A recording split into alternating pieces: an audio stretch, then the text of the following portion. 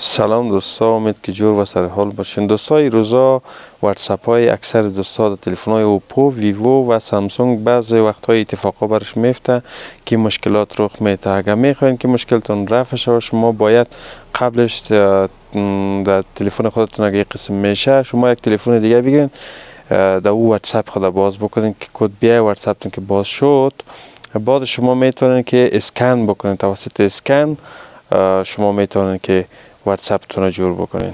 خب این واتساپ دوستا قسمی که میبینین نمبر موبایل نفر زدیم، این از این قسمت نکس میزنیم، میبینیم که واتساپشون اختاریه میته. میبینین که اینجا گفته که شما نیاز به دانلود دارین و این واتساپ ما قبلش گرفتیم در تلفن دیگه باز کردیم. شما میبینین همون نمبر با شما از این طریق شما اسکنش بکنین، از این قسمت برین لینک دیوایس بزنین، QR کد که آورد بالا است، قسمت استنگ دیگه موبایل میرین، این از این قسمت ترانسفر پیدا میکنین، چت ترانسفر نوشته است اینجا، چت که انتخاب کنین، بعد او ترانسفر از این قسمت نکس میزنین، کنتینیو رو میزنین.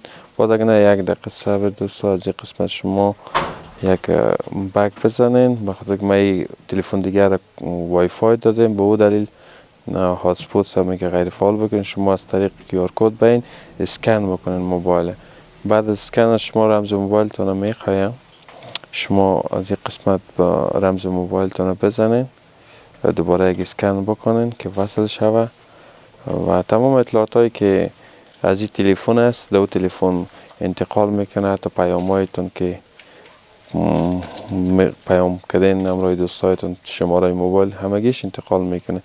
این طریقه آسانش از دوستا دیگه. تلفن های ویوو و اوپو زیادی مشکلات برشون پیش میشه. شما همی از این طریق میتونید که واتساپ تون دوباره به حالت اولیش برگردانین دیگه. دوستا همی راه حلش بود که ما یک ویدیوی کوتاه براتون ساختم، گفتم باش توسط زی آموزش شما بتونید مشکلتون حل بکنین.